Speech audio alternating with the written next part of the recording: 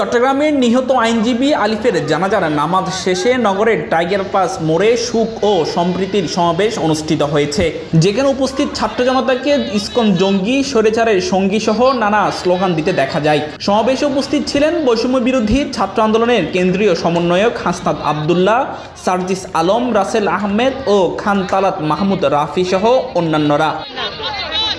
বাংলাদেশ সনাতন জাগরণ মঞ্চের মুখপাত্র চিন্ময় কৃষ্ণ ব্রহ্মচারীকে গ্রেপ্তারের ঘটনায় মঙ্গলবার উত্তপ্ত হয়ে ওঠে চট্টগ্রাম। আদালতে জামিন নামঞ্জুরের পর আইনশৃঙ্খলা বাহিনীর লাঠিচার্জের মুখে পড়ে বিক্ষুব্ধ সনাতনীরা।